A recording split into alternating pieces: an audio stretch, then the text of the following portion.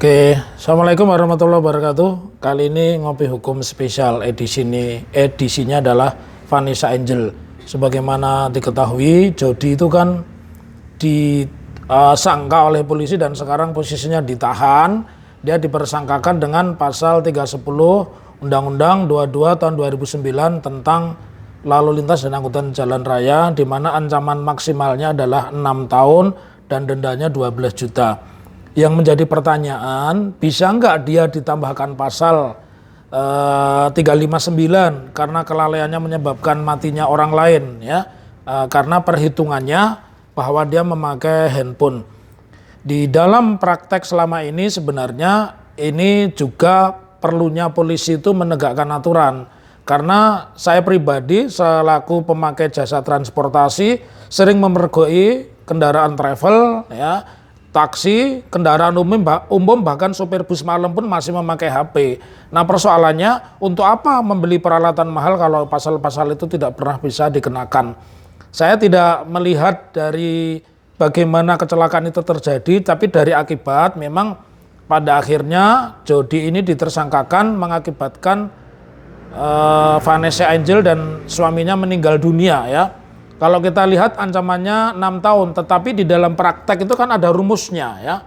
Ada rumusnya, bahwa rumusnya itu jaksa menuntut separuh lebih, ya, vonisnya separuh lebih, itu jaksa tidak banding. Nah, di dalam persoalan Jody ini harus kita lihat apakah Jody ini memiliki unsur kesengajaan. Kalau dibilang kesengajaan menurut masyarakat awam dan hukum itu berbeda.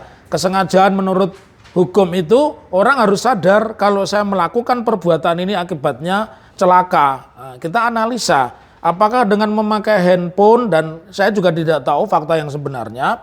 Dia konon sih, karena berita belum jelas itu konon, dia juga mengupload di Instagram, ya, yang memang di situ ada komunitas gas yang adu kecepatan. Nah, kita lihat dulu motifnya apa, ya.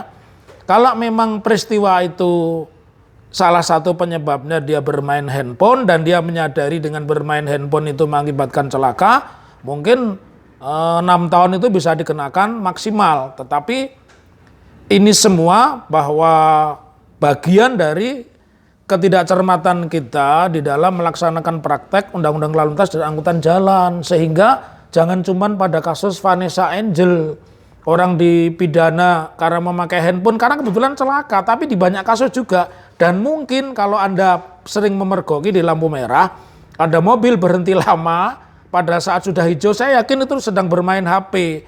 Pasal-pasal ini juga harus dikenakan mumpung belum terjadi kecelakaan. Jadi sekali lagi di dalam kasus Vanessa Angel, saya mengatakan ancaman tertinggi untuk Jody itu 6 tahun, dendanya 12 juta.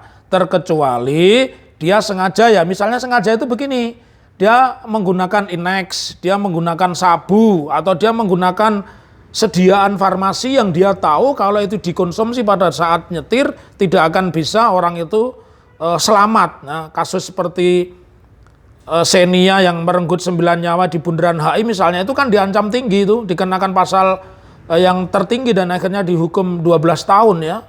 Oleh karena itu sekali lagi kasus Vanessa Angel ini menjadikan kesadaran buat kita semua pemakai moda transportasi dan penegak hukum khususnya polisi lalu lintas untuk mengaktifkan fungsinya penegakan hukum sehingga tidak terjadi korban meninggal sia-sia. Demikian ngopi hukum kali ini, semoga bermanfaat dan selalu hati-hati di jalan, tetap jadilah orang yang merdeka. Makasih. Assalamualaikum warahmatullahi wabarakatuh.